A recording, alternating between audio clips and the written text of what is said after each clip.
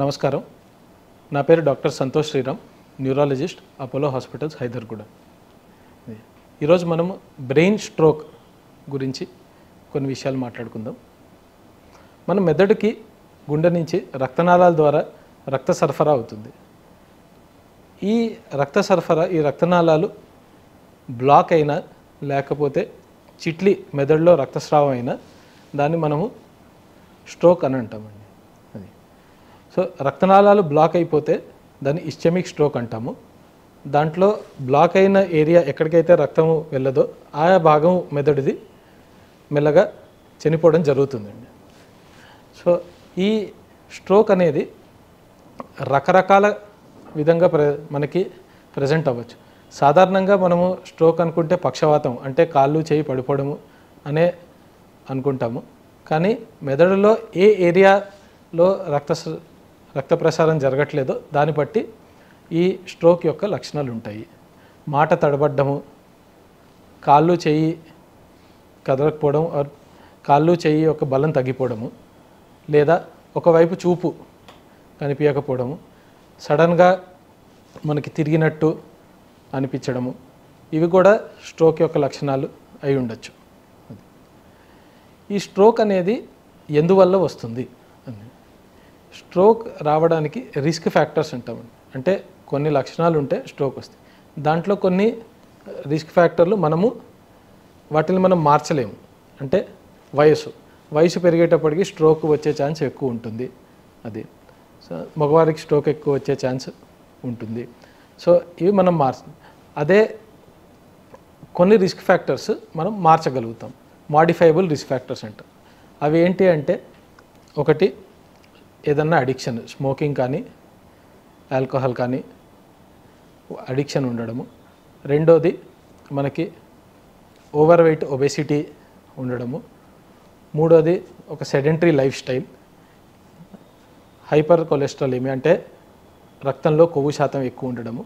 ఇలాంటి అన్ని వాటి వల్ల కూడా మనకి స్ట్రోక్ వచ్చే ఛాన్స్ ఉంటుంది. అదండి. ఈ స్ట్రోక్ వచ్చినప్పుడు ముఖ్యంగా మనం తెలుసుకోవాల్సింది ఏంటంటే, టైమ్ ఈజ్ బ్రెయిన్.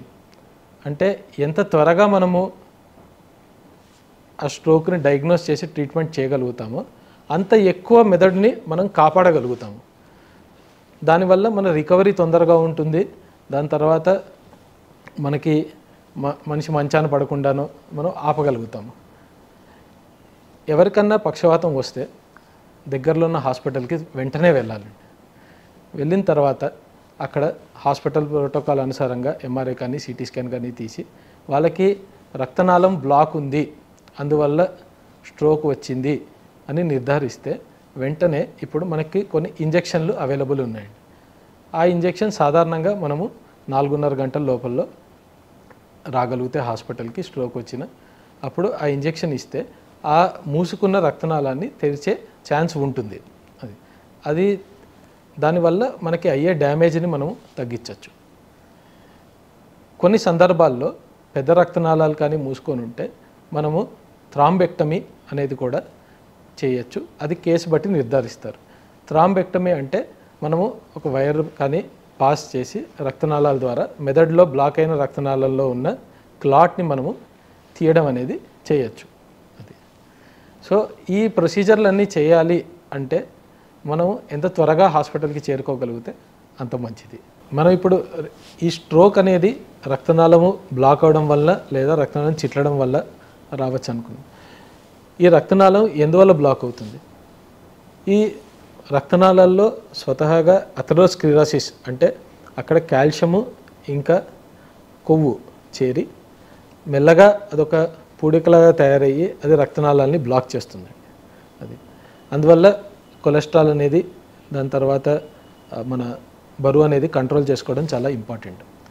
రెండోది గుండె ప్రాబ్లం ఉన్నవాళ్ళు, అంటే గుండె లయ తప్పి కొట్టుకోవడము, దాన్ని అరిథిమియా అంటారు. అది లేకపోతే గుండె వాల్వ్ ప్రాబ్లం ఉన్నవాళ్ళు, వాల్వ్ మార్పిడులు చేయించుకున్న వాళ్ళకి కూడా రక్తము గడ్డకట్టి ఆ గడ్డకట్టిన భాగము గుండెలోంచి రక్తనాళాల ద్వారా బ్రెయిన్లో వెళ్ళి స్ట్రోక్ వచ్చే ప్రమాదం ఉంటుంది. సో ఇలాంటి వాళ్ళు చాలా జాగ్రత్తగా ఉండాలి. వాళ్ళు రక్తం పలచబడే మందులు ఏవైతే ఉంటాయో అవి తప్పనిసరిగా వేసుకోవాలి. అండ్ రెగ్యులర్గా వాళ్ళు మానిటర్ చేసుకుంటూ ఉండాలి. ఒకవేళ స్ట్రోక్ వచ్చింది, గమనించలేకపోయారు, హాస్పిటల్కి వెళ్ళడానికి లేట్ అయిపోయింది కొన్ని అనివార్య కారణాల వల్ల అనుకుంటే అప్పుడు కూడా మనము బాధపడాల్సింది, టెన్షన్ పడాల్సింది లేదు. రక్తం పలచబడే బిళ్ళలు, దాని తర్వాత కొవ్వుని కంట్రోల్ చేసే బిళ్ళల ద్వారా మనము ఇస్టమిక్ స్ట్రోక్ని మేనేజ్ చేస్తామండి. అది దాని తర్వాత స్ట్రోక్ వచ్చిన తర్వాత ఫిజియోథెరపీ, స్పీచ్ థెరపీ అనేవి చేసుకొని మెల్లగా రికవరీ అనేది అయ్యే ఛాన్సెస్ ఉంటాయి.